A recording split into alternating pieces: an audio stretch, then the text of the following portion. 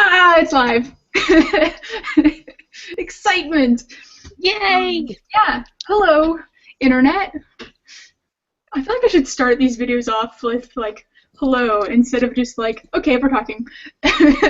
You've joined us while we've been talking. Yeah. So, was that question? That's chapter 15, though. So we'll get to that after. Yeah, that's Forbidden Forest. So we will return to that topic in a moment. Dear Internet, we were talking about a question on the thing, but it's the next chapter. Okay, chapter 14 questions. I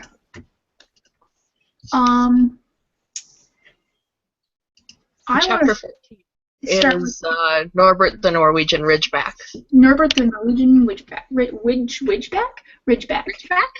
I want to start with the question that I asked in our Facebook group, but I'm going to read the more formal wording of the question, just because I want to share Auden's comment. So Hagrid refers to himself as Mommy when talking to and about Norbert. Why? What does this tell us about Hagrid, about gender roles in the wizarding world? In what ways might the example of Hagrid's use of a gendered female term for himself be helpful for feminist goals, and in what ways might it hinder them? And so I asked this in our Facebook group, and the first response, which was my favorite, was from Auden, who just said that, like, non-binary Hagrid, and I had never thought about that, and I just love that. I like that Hagrid. But J.K. Rowling did not write any non-binary characters in terms of, like, actually representing gender. That's a reading into things.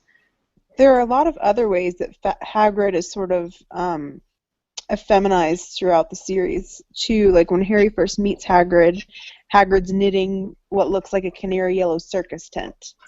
And Hagrid has been, I think, by this chapter, Hagrid's been portrayed crying more than any other character in the book.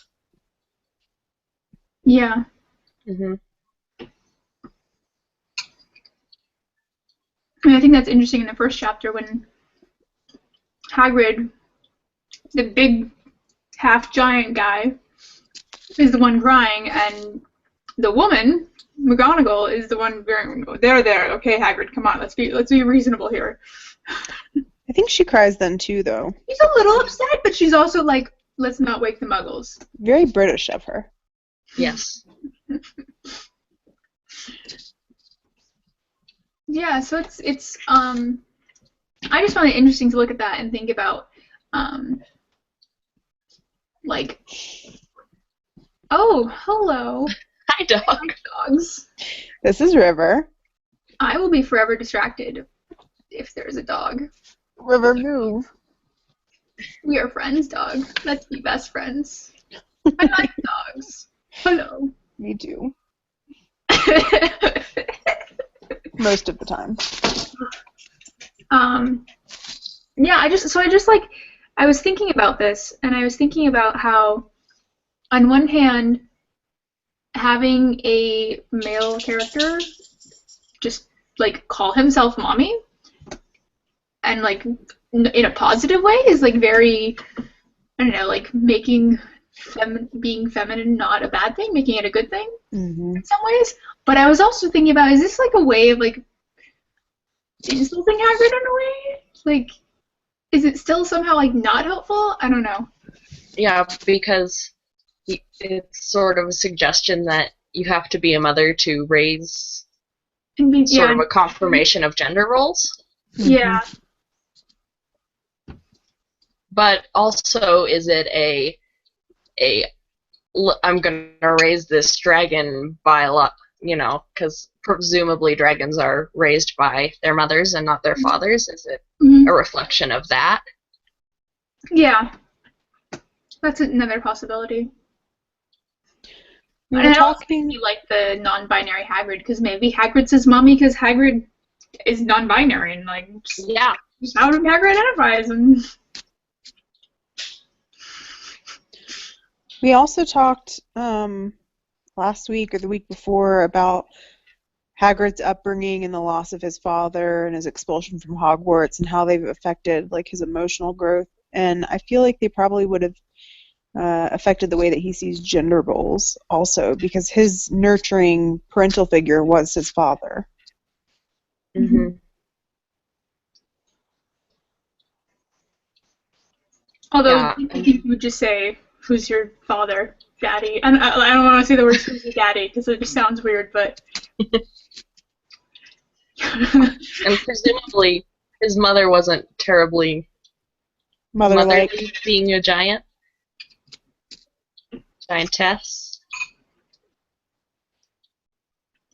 I think maybe her not being part of his life is probably the biggest part there. Mm-hmm. We don't really get any context towards like how giants treat other giants, except for through Hagrid's narrative to Harry. Mm-hmm.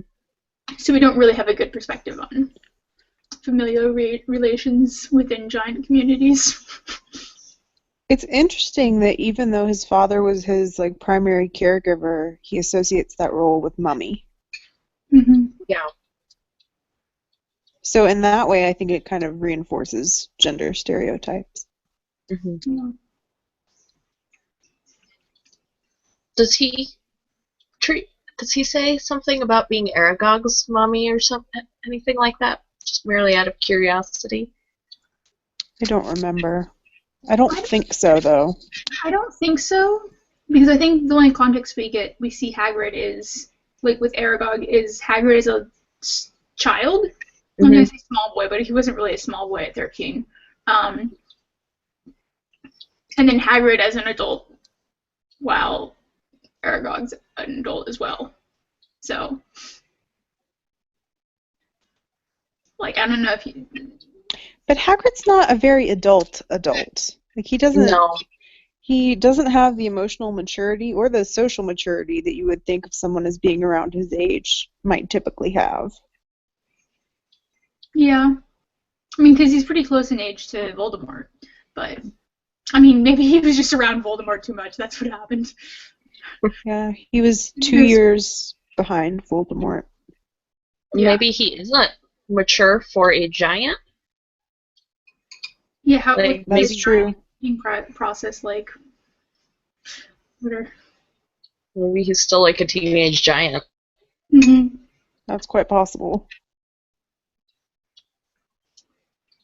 Or maybe he was raised by Dumbledore, and we've seen how Dumbledore is with children.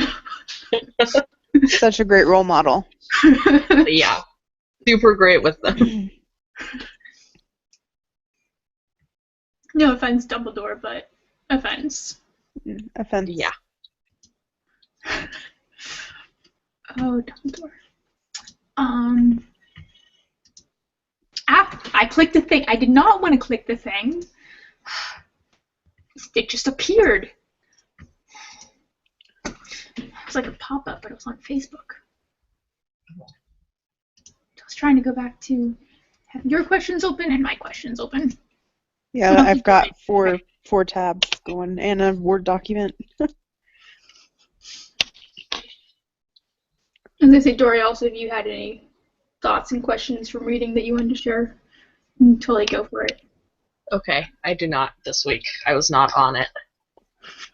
I think that was a common thread this week. Mm-hmm. One of the things that I noticed in Chapter 14 was Hagrid involves the trio in something super dangerous and illegal and gets mad at Ron when Norbert bites him and he is seriously injured, and lets them take the fall for him when they were caught.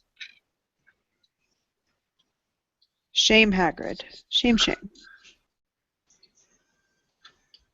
I don't have a question surrounding that, really. I just noticed it. I'm trying to... Let me go back and look at the scene, because I don't actually even remember Ron getting... Ron getting bit. Yeah, he ends up spending like a week in the hospital wing. I remember that he was in the hospital. I just don't remember the context. Yeah, and Hagrid gets on to him but you scared him or something like that. Yeah.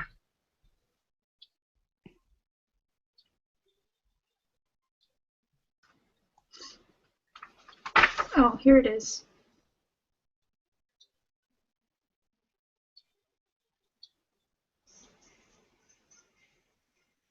Oh.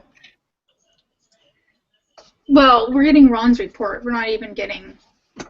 So I don't know.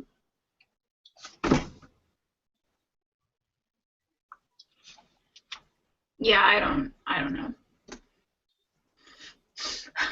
I don't know that I necessarily trust Ron. Just saying. He's not the most reliable narrator. Not like Ron was like, oh, the dragon at it. Like, I don't. Not that it's Ron's fault for getting bit, but also, like, it's a dragon, Ron. I don't think he was, like, reaching out to pet it or anything. I think it just Ron comes back from being at Hagrid's and tells Harry and Hermione. So we really don't know. He was helping Hagrid with something. So I don't really know what happened, so it's hard to, like, analyze. That's true. So another thing surrounding it's possible that Ron was like staying far away from the dragon like just came right after him, but it's also entirely possible that Ron wasn't being careful around a very dangerous animal that he should know is dangerous. So should women also not dress a certain way or go out at night? He didn't wear eat me dragon. That's very different. That's you don't go up to like. It's like if somebody goes up to like at the zoo and they like go stick their hand in the like lion's cage and then they're like, it bit me. How rude. There's like some extent of like an animal is different than a human. Like I think if you're trying to make that comparison, then you're saying that like a woman dressing in a certain way would cause it. Like then that's saying that the men are animals and they're humans. They're not. Yeah, that's not what I meant. Yeah. No, I know. Like so, it shouldn't be equivalent. The steps you take around humans should not be as extreme as the steps you might take around an animal that's capable of killing you very easily and doesn't have like a social contract it's supposed to have agreed to. Another thing relating to when Hagrid lets them take the fall for him is like McGonagall just thinks they're lying and out of bed. So it seems like a pretty extreme punishment. Yeah. Like 50 points from each of them, and what happens in the next chapter? I think McGonagall is probably just furious that she has so many of her students out of bed. Like, I think that's part of it. Also, I think this is just like J.K. Rowling wrote it this way, and it has, like, to some extent, the things that happen are not rational humans making decisions, and they're the author who says, I need this certain plot points to happen. I need Gryffindor to fall very far behind. I need them to go to the forest. So, like, it's fair to analyze it, but also, like... Mm-hmm. Because also, like, in boarding schools, I imagine, and I've had friends tell me that it's pretty common for students to be out of bed at night when they're not supposed to be. So I don't think that they each would, like, it's not rational to me for them to get that many points taken away. Yeah, especially when Hermione only got 5 points taken away for trying to take on a mountain troll. Yeah. Are you expecting Hogwarts to be logical? Oh, I'm sorry. That was silly of me. Actually, Dumbledore just throws out points at the end of the year for no reason. Not for no reason. I mean, not no reason, but he's just like, 100 points to you, and you had a great sneeze last week, 10 points to Gryffindor. And he waits till the final feast when the Slytherins are excited about it. I don't think the point system at Hogwarts is particularly fair or rational. No. I don't think the teachers have, like, a guide they've been given as to, like, when and to give out points, when to take away points, how many in different cases. Because you'd think there would be like some standard punishment for being out of bed at night. Yeah, so it's just like being out of bed at night is 10 points off, like, or whatever, like, or whatever it is. You would think it would be the same always. Like there would be some sort of like, not laws, but, you know, like some legal system type thing where there's set punishments for set infringements of rules. But apparently not. I wonder also if like with the detention part, like what detention thing they did if Dumbledore had a little bit of a hand in it. Because he seems to like sort of nudging Harry into danger. He seems to manipulate Harry to extreme. Yeah. I feel like it would have been more Hagrid intervening on their behalf in this case than Dumbledore, because I feel like Hagrid would think he was doing them a favor. Yeah, so Hagrid might have been the one to say, let's go out. Or it might have been McGonagall was like, all right, this came out, or the dragon was probably Hagrid involved, so let's just send him to Hagrid. Yeah. I don't know. Or maybe it was just a students need detention, somebody sign up to do their detention, Hagrid was like, sure, I'll do it. Or there's like a pattern where it's like each teacher has to take a turn doing the detentions, and I don't know. Yeah. You would think that if Hagrid was choosing, he wouldn't have chosen to have Malfoy also. He would have been like, here, I'll take those three, and let Snape deal with Malfoy. And Neville. Well, no, I'll take those three. I don't think he would have left Neville to hopefully. Oh, right, because Hermione wasn't. Yeah. Yeah. Except for in the movies. Except for in the movies. Getting them all confused. Yeah. Ron didn't get bit by the dragon in the movies. All of Ron's good parts are stolen. He says he didn't get bit by a dragon in the movies. Yeah. I don't feel like that's a great part that he should be sad about missing out on. No, I think he's probably okay on missing that one. I think it was really important to his character development. Also, there's nothing in the movies that explains what happens to the dragon. And also, I haven't watched the movie in... Well, it hasn't been that long, but I don't remember why in the movie how Malfoy finds out what they're doing if Ron's not in the hospital wing. He looks in the window. Yeah. Yeah, but how does he find out that they're going like to the tower at that time? No, they're in Hagrid's hut, and he just follows them around. He's probably just in love with Harry or something and following him. You know, Harry and Draco are like in love with each other in a hateful way. Mhm. Yeah. They just don't know it. They're just really obsessed with each other for a very long time. Mm-hmm. I think it's really interesting that we view the ways that Harry and Malfoy interact on that level, because Malfoy kind of goes out of his way to overhear the trio talking about Norbert, and he seems to have an obsession with getting them into trouble. And I feel like he gets a bad rap for that, but in a previous chapter, we saw Harry and Ron toasting marshmallows and trying to come up with ways to get Malfoy expelled. Yeah. Oh, I know. So, I don't think Malfoy is alone in his whatever. Just they're both absurdly obsessed with each other. I mean, especially the further it goes on. Harry gets so obsessed with Malfoy to the point of almost killing him. Yeah. So maybe that was a bad idea, Harry, spending all those years obsessed with a kid who was not the problem. Yeah. Maybe. Another thing from this chapter is that Hagrid's logic is that he says, like, Snape... Let me find it. Snape's protecting the stone? Yeah, he says... Chapter.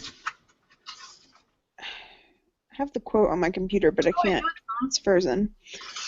Hagrid says something along the lines of, there's no way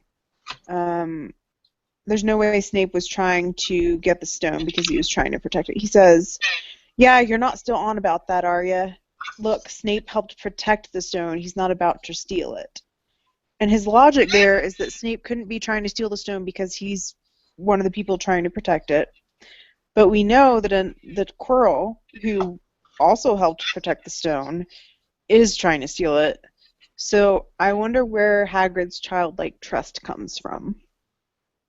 I think that's a little unfair to Hagrid to say that that's childlike trust to think that somebody protecting something isn't likely to steal something. I think most people would probably think that somebody helping them protect something isn't the person to steal it. Like Lily and James trusted their friend who was supposed to be protecting them not to be somebody who wasn't doing that. Like that's not like a I feel like most teachers at Hogwarts probably also trusted all the other teachers. I don't think McGonagall was like, I bet one of these teachers is trying to steal it. I feel like we see Hagrid's trust like this come in a lot of other places too, though. Like he's drinking at a pub with a stranger and they just happen to have a dragon egg, and he doesn't see anything malicious in that or surprising about that or coincidental about that. Yeah. Yeah, I think that's probably more of a case where you could say that, but I think in this case, saying that trying to defend a coworker, to me, isn't really a childlike trust thing. I think that's just a basic, like... Right, but I think Hagrid does have a childlike trust. Yeah.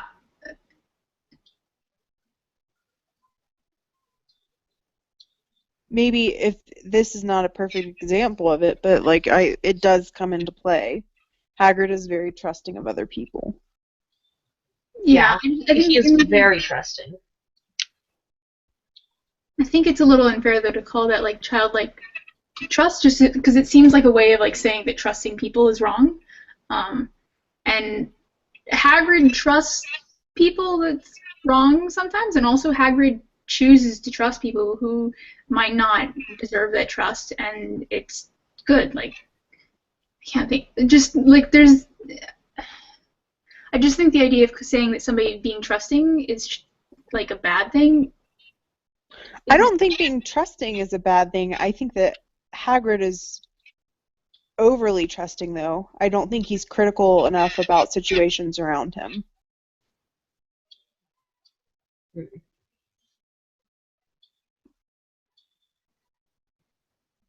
I think trusting more or less anyone and everyone that comes along is not a very good idea. But something a child would do.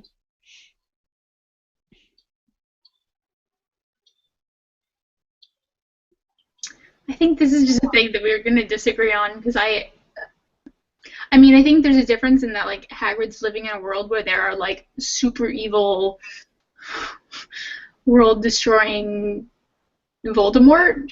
Like the problem that happens with both those instances of Hagrid being too trusting, like that we've talked about in this book, is Voldemort. Like, most of us in our daily lives are not coming across Voldemort, and so Hagrid's level of just trusting others is not necessarily dangerous. And Hagrid probably can trust others because Hagrid is like probably not in physical danger in most situations. If somebody decides that they want to attack Hagrid, Hagrid is pretty big and tough.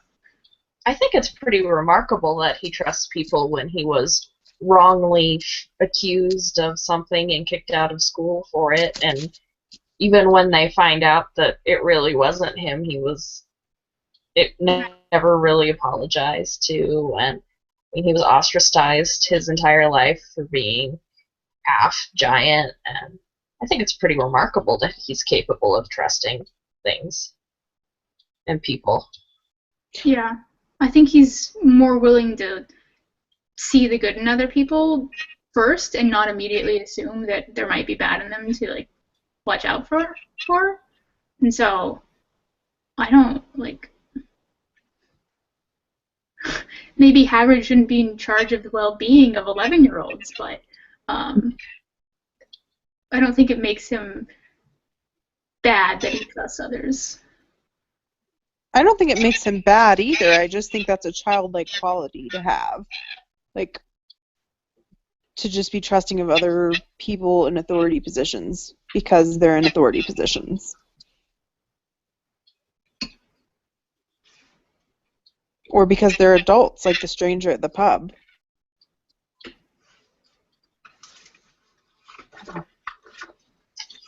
I don't know.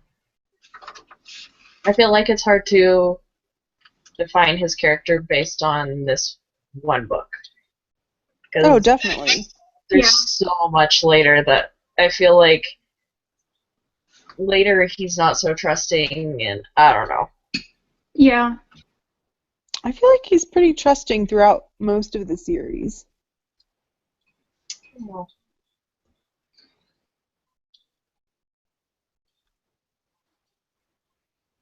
Anyway, anyway, Continue reading. Anyway, we're about halfway. We could probably go to the Yeah. next picture. sounds good. So we can talk about corporal punishment as we were before going live. yeah, so Filch talks about how it's a pity that they let the old punishment die out and talks about how he still has chains like well oiled in his office. And according to the HP lexicon, Filch began working at Hogwarts in the 70s. And I looked it up before we started the live stream, and corporal punishment was legal in private schools in Scotland until 2000. But that's still concerning to me because I'm wondering if he had the chains from a predecessor or if not just corporal punishment but torture was allowed at some point during his time between the 70s and 1991 now. 1992, I guess, if Christmas has already happened. Yeah. I think that's sort of an interesting thing and it seems like that's sort of a thing in like fantasy schools, is that punishment sort of borders on torture sometimes.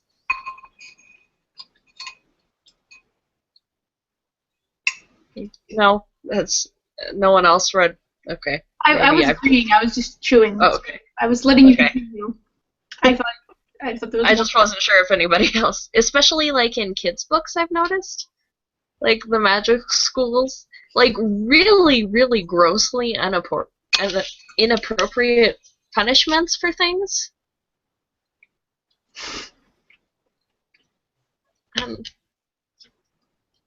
Do you have other examples? Because I'm just I haven't read that many children's books lately, and I don't know that I've ever actually read another book about a magical school. There was one I read when I was, I don't know, in elementary school. It was about Sears or something like that. Mm-hmm. And in that one, there was very definitely corporal punishment. I read a really, really terrible children's book called School of for Good and Evil, and that one, they were tortured for punishment. Don't read that book. It's terrible. It's being made into a movie. So this is a theme you've noticed in other like fictional works about magical schools. Very definitely. And it's just interesting to me that, like, why would you, in kids' books, like, why would you do that? I'm trying to see. I'm looking on altatropes.com to see if I can find a trope. I mean, there are other instances of torture in the book series, like Umbridge is Yes. punishment for Harry. And others. Yeah, and others. And also writing those notes, the fan mail, that's pretty much torture. Not physical torture like the others, but I'm just Harry thinks it's torturous. Yeah. Spending time with Lockhart certainly counts as psychological torture.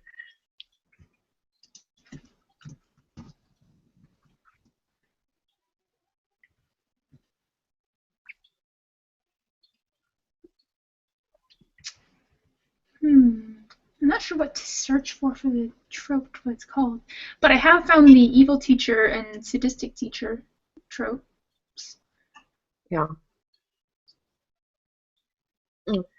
I wonder if Filch was ever allowed to actually use them. Well, like, I mean, he talks about the good old days, but, I mean, was that really a thing? Was there ever a professor that actually allowed him to torture students? See, I think maybe not during his time, since he started in the 70s, but I think if you go back far enough, there probably was physical torture at Hogwarts. Yeah, I'm sure if you go back far enough. But, So, I so I wonder if, wonder, like, how relative the like, old is in that phrase, you know? yeah, and if he's just, is his excitement about it because he's a squib? Yeah, and what that must be like. Like, Hagrid at least has the two pieces of his wand and his umbrella, but Filch is surrounded by magical people and can't do magic. Hmm. Hmm. There's a boarding school of horrors trope. A place where your nightmares come true. Um, presided over by cane-wielding sadist teachers, you will be beaten or locked up for the slightest misdemeanor. That sounds accurate. I've read a few of those. I can't think There's a of their names, but yeah. bunch of literature. Lowood School in Jane Eyre. Oh The yeah. Chocolate War. Oh yeah, I remember that one. Oh yeah. That I one. forgot about that one. Um, The Silver Chair by C.S. Lewis has it. Oh, I Georgia. Yeah, forgot about that. I forgot about that. Hogwarts runs into this in J.K. Rowling's Harry Potter thanks to Umbridge.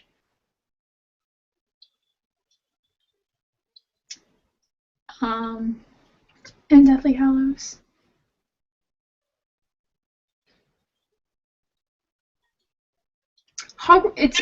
This says Hogwarts is also noteworthy because being a positive example of boarding school in a very popular series, it has single-handedly caused the modern decline of this trope, especially in British literature. Hmm. Oh, Plus the modern Unfortunate Events is another one. Yeah, that's true. That's very And true. Oh yeah. yeah, there's a lot. This is the boarding school of horrors, the boarding school trope. Let's see if it has houses within the school are one of the tropes. Wow, these are all Harry Potter. Um, I do wonder why Filch stays at Hogwarts. Like, why does he keep his job there? It seems like he could do something that would make him a lot happier. Like, maybe not in the magical world. And why do they let him keep his job there? He's not, I mean, Dumbledore. yeah, Yeah. and maybe The Dumbledore staff feels when you bad leave for the him for Hogwarts are being ridiculous. yeah, maybe Dumbledore feels bad for him for being a squib. He's not great at his job. He sort of terrifies the students, Yeah, and and they have house elves to do the cleaning. hmm and yet I can't remember if we've already read this or if this is later, but he freaks out when eventually Harry like gets mud on the floor at some point. Yeah. Yeah. And I certainly hope Dumbledore isn't making him scrub the halls without magic when teachers could do it in 5 seconds. And when house elves could do it. Yeah. Well, I think the magical people could do it very easily with magic, and it would not be labor intensive. And making others do it when it's labor intensive is a little obnoxious. Which we know they do for the fires and cleaning the common rooms and stuff. We know they have the house elves do that because we see that later with Hermione hiding the hats and things places. Yeah. Because the house elves come and straighten up the common rooms. Yeah. Oh, I don't know. I think Dumbledore allows Snape to keep his job, so there's Snape to still be in contact with students frequently with no problems. So I don't know why Dumbledore would get rid of Filch. He doesn't seem to have a problem with people treating students poorly. Yeah, but he sort of, I mean, he has a reason for keeping, well, after the fourth book, he has a reason for keeping Snape. I don't know why he's keeping him up till then. Because he expects Voldemort to come back. Yeah. Yeah. I mean, there's sort of a legitimate reason for him. He could keep him around and be like, all right, listen, Snape, you need to stop bullying little children. It is not okay. They're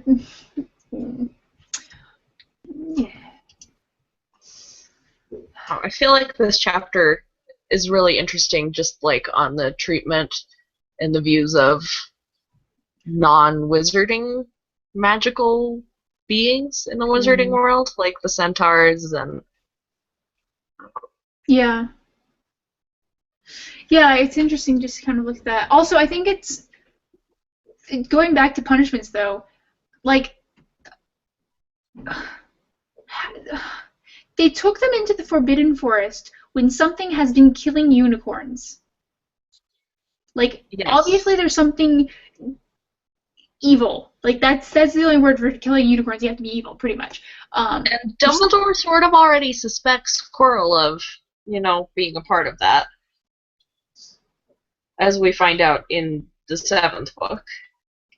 yeah, yeah. So I don't. I just why? Why would you? And then okay, this is an instance of Hagrid making a terrible decision, letting them split up.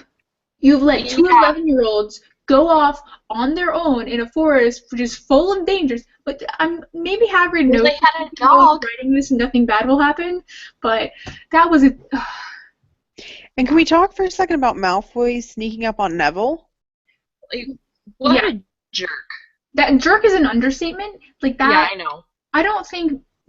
But I think also Malfoy doesn't understand how serious the situation is, like how Yeah, much in danger they are, because I don't think Malfoy has ever really been in danger.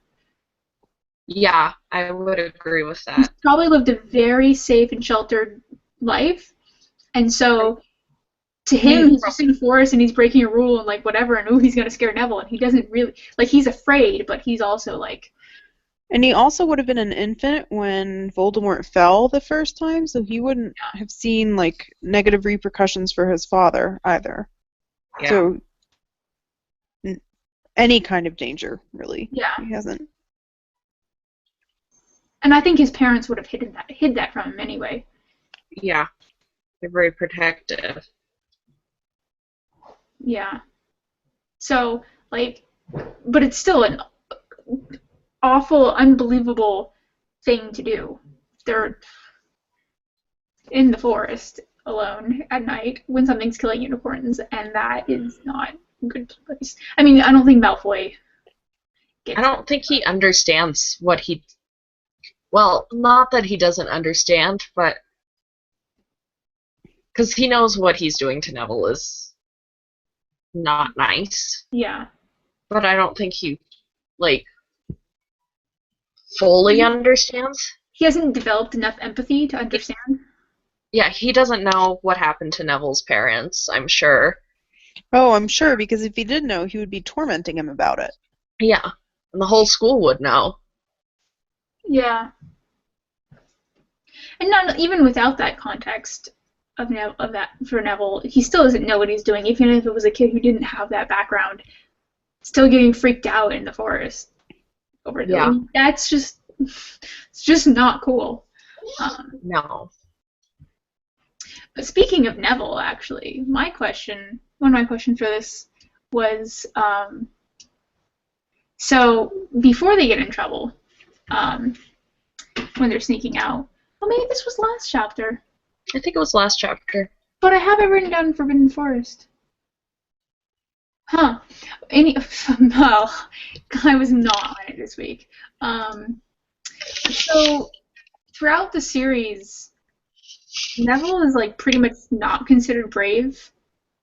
Like not until the end of the series is he considered brave, both by the people within the story who know him and also by the fandom in general. Like nobody's like, wow, Neville's really brave. Like we just don't pay attention to it. But in this book, there are at least two instances of Neville like sticking up to his friends. He's also sticks up to Malfoy a few times throughout the series, but like he sticks up to them when nobody else will. Ron, Hermione, or no, Harry and Hermione are sneaking out, and Neville's like, "Okay, you guys are not going to sneak out. You're not going to get us in trouble again. Don't want to lose points." Um, And not only does he like try to stop them, he goes out and like at risk to himself goes and finds them. And then he gets caught, but he's trying to find them and keep them safe because Malfoy's gonna rat on them. Um, Another instance of him being brave too is at the Quidditch match. Um, when he's with Malfoy. yeah. Oh, yeah. I When he mean, gets in a physical altercation with Malfoy, Crabbe, and Goyle, who we know are all, like, Crabbe and Goyle at least are bigger than him. yeah. I think that actually, you bringing that up is an example, is like to me an important example of what we think of, like what we think about bravery, Mm-hmm. because those are the things we tend to think more of when we think about bravery, is that, like standing up against somebody in a physical way, like they could beat him up, like because Neville becomes brave when he physically is like standing up to Voldemort at the end, um, when he's like in physical danger, and it's not like the risk of his friends hating him, it's the risk of like danger that's like physical danger that seems more brave. Yeah. I think one of the times when we see him at maybe like one of the most brave times is when he's in class with Moody, and Moody asks for the 3 unforgivable curses, and Neville raises his hand and talks about the Cruciatus curse. Mm-hmm. Mm-hmm. I think that's incredibly brave of him. Yeah, I don't think that's a instance. I can't speak today. That the fandom generally talks about as bravery, and I think that's one of the things I'm stuck on here, is just thinking about like the way we think about bravery, um, and looking at that through the context of like how we treat Neville, because Neville is brave throughout the entire series, Mm-hmm. And he's never recognized as such. Um, and I guess maybe some of that might have to do with the idea, like, be tied into ideas of masculinity. Because I think brave is generally seen as like a more masculine trait, and so it's more the like macho-ness that we associate with bravery, and not the sticking by some sort of values. Yeah. And he doesn't perform any of like the extraordinary acts of bravery like Harry, Ron and Hermione do. His are more like small everyday acts. And he's also never really given the opportunity to perform that type of brave act until the 7th book. Yeah.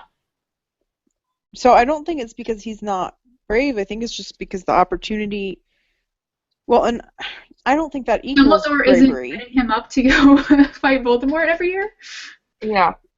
And I think part of that is because, I mean, it's largely narrated by Harry. Yeah. And Harry's not the most reliable narrator on Earth. We get a pretty biased view of what's happening. And it's not really until we hear about Neville from other sources in the 7th book that we really start to see his bravery. Yeah. In the traditional bravery sense, yeah. Yeah, in the traditional, like, I've got a sword sort of thing. Yeah. And would we even be talking about, like, Neville's bravery if he hadn't gotten to that point in the 7th book, in the eyes of the fandom? Like, if we hadn't had that experience of macho, brave Neville, would we have been thinking about sticking up to friends? I think it's much easier for us to, in retrospect, look back and see the things that Neville has done along the way that are brave. But I think had he not, sort of regrouped the people in the castle and then cut Nagini's head off, I don't think we would even be having this conversation, because I don't really think, well, we might. Well, I don't know, because I don't think it's something people would really think about a lot. No, because we don't talk about, like, Ginny's bravery or, Seamus Finnegan or Colin Creevey. Poor little Colin Creevey. Colin Creevey. Oh, no, the feels. No. Cool. Um, yeah, it's so like from that, like how do we, I don't know, having this conversation, where do we go from there? How do we start redefining bravery and the way we look at and think about bravery, especially in like literature and the stories that we tell and share. I think that by us even having this conversation, we already are sort of starting to change the ways that people look at bravery. Mm-hmm.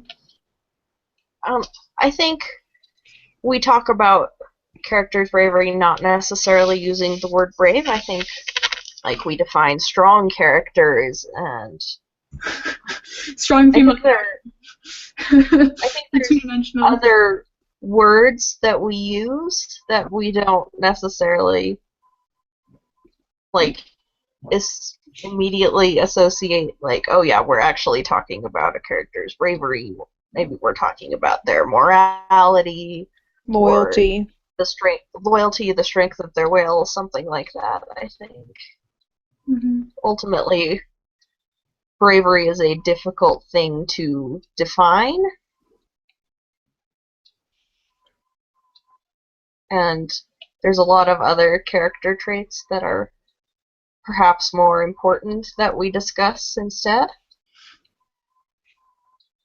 I don't know that I would necessarily say that the other character traits are more important, but I don't maybe know. I more think visible and easy. morality is more important. I think Yeah. bravery ties into morality. Oh, I don't know about that.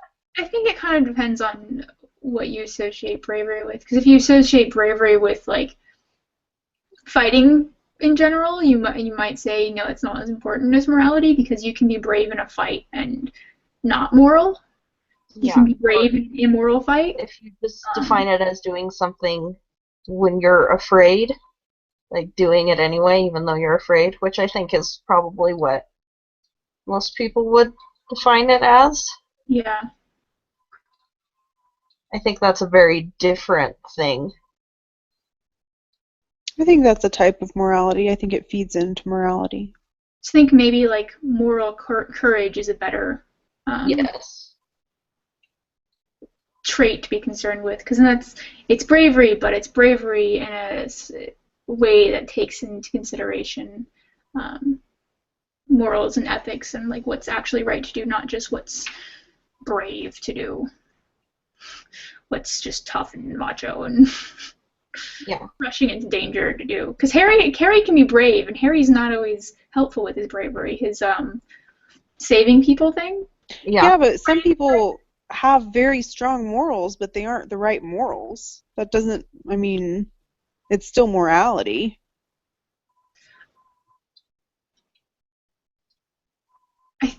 I think when you talk about morals as like a concept, though, you don't It's say everybody has their own positive. thing. This is Yeah. what I believe is moral, and we're measuring things by this set of morals, not like we're measuring by did it line up with that person's morals, or like you don't define somebody as moral if they like Voldemort's not a moral character because he doesn't.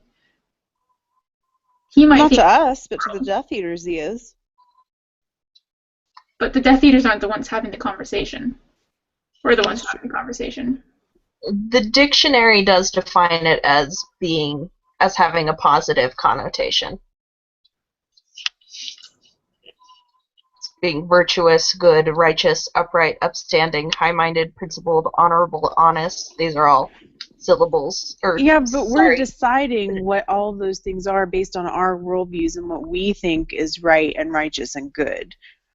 The Death Eater, like, I realize that we're the ones having this conversation and the Death Eaters are not, but they believed that they were righteous and doing the right thing. And I think it's a mistake to sort of dismiss bravery as not being as important as other character traits. I mean, there are, like, I don't know. I just feel weird about saying one character trait is more significant or more important than the other.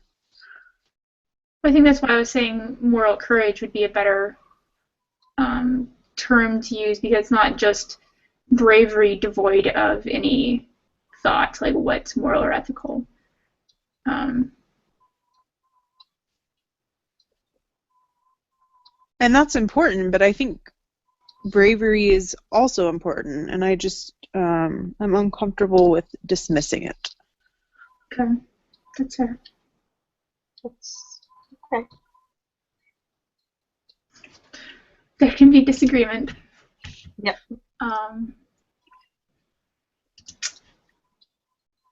That's what makes the world go round. That's right. Actually, that's not what makes the Earth rotate. What makes the Earth Are you rotate sure? is the gravitational forces. No, I'm really serious about that. I need to explain what makes the world go round. No, I understand what literally makes the world go round, but I wasn't referring to it I'll in a have you know literal it's sense. very literal. I thought it was because people on one side of the world disagreed with people on the other, and the force of their anger was so strong, it made the world spin. So if we all got along, the world would stop spinning? Quite And possibly. you wouldn't have day and night. You'd just have day, or you'd just have night. You'd have to like travel between them. Possibly. Some Very I feel dangerous. a little bit like you're making fun of me now. We're not. No, Okay. I just get excited about ideas and run with them, and absurd things that sound absurd. That was not about what you said. That was just Okay. somebody described the weather as bananas, and I had to find a picture of it raining bananas and send it to them. Not We because need to turn tangents into long jokes. Yes, tangents are great. That happens. Yeah. So I think I didn't have any other questions on this. I think we have sufficiently discussed. Oh, I did have a question about the other chapter, though. That never became a question. Oh yeah, you were forming something on dragons and dragons' rights versus muggle animals, like Yeah. non-magical animals. I will try to explain it in words. I'm not very good at words right now, but because I was just reading the chapter and trying to think of like as I've been reading, I've tried to take things instead of just looking at them within the context of the story, but taking them as kind of like an allegorical parallel with our world. And I was just trying to think of like what the corollary with this arc about the dragons might be in our world, and like I don't know, because there's different contexts, like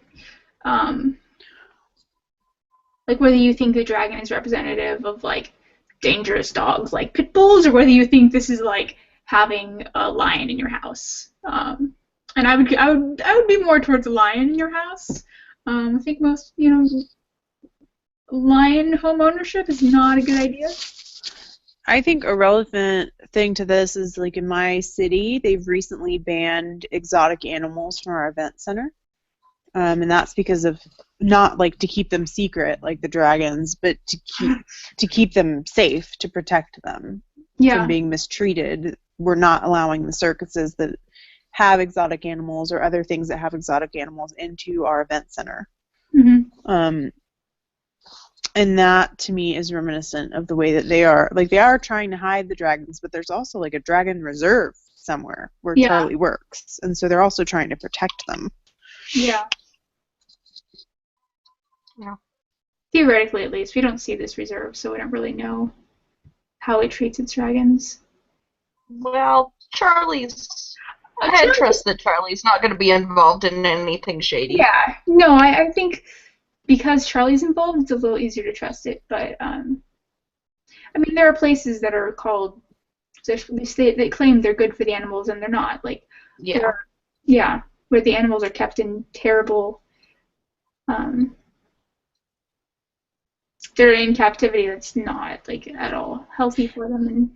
And it is sort of sketch that they just fly, like they bring them in for the Tri-Wizard tournament.